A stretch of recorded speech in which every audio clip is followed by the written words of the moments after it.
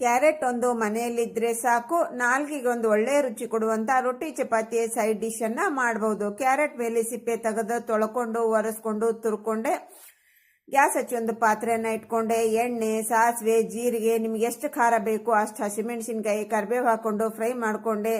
ಈರುಳ್ಳಿಯನ್ನು ಹಾಕೊಂಡು ಹಸಿ ವಾಸನೆ ಹೋಗೋರಿಗೆ ಹುರ್ಕೊಂಡೆ. ಫ್ರೆಶ್ ಕೋಕೋನಟ್ ಹಾಕೊಂಡು ಒಂದು 2 ನಿಮಿಷ ಫ್ರೈ ಮಾಡ್ಕೊಂಡೆ.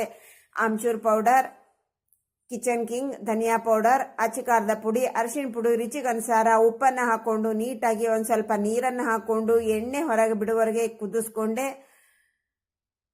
ನಾವು ತುರಿದಿರುವಂಥ ಕ್ಯಾರೆಟ್ ತುರಿಯನ್ನು ಹಾಕೊಂಡು ನೀಟಾಗಿ ಮಿಕ್ಸ್ ಮಾಡಿಕೊಂಡು ಲೋ ಟು ಮೀಡಿಯಂ ಫ್ಲೇಮಲ್ಲೇ ಮುಚ್ಚಿ ತೆಗೆದು ನಾವಿಗೆ ಕುಕ್ ಮಾಡ್ಕೊಳ್ಳೋದ್ರಿಂದ ಬೇಗನೆ ಆಗುತ್ತೆ, ರುಚಿ ಕೂಡ ಚೆನ್ನಾಗಿರುತ್ತೆ. ಕೊನೆಯದಾಗಿ ನಮ್ಮ ಪರ್ಫೆಕ್ಟ್ ಆದ ಮೇಲೆ ಕೊತ್ತಂಬರಿ ಸೊಪ್ಪನ್ನು ಹಾಕಿ ಮಿಕ್ಸ್ ಮಾಡಿದ್ರೆ ನಮ್ಮ ಸೂಪರ್ ಆಗಿರುವಂಥ ರೊಟ್ಟಿ chapati side dish ready. Try ಮಾಡಿ. Thanks for watching. ಬಾಯ್.